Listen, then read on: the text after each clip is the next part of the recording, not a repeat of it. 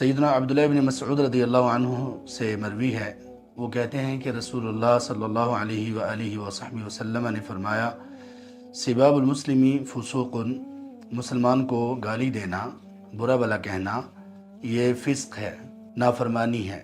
वक़ितालुहु कुफ्र, और उससे लड़ाई करना ये कुफ्र है। तो कहा कि मुसलमान को गाली देना ये फ़िस्क है, यानी कबीरा गुनाह है, छोटा गुनाह नहीं है। क्यों? इसमें उसकी बेइज्जती है।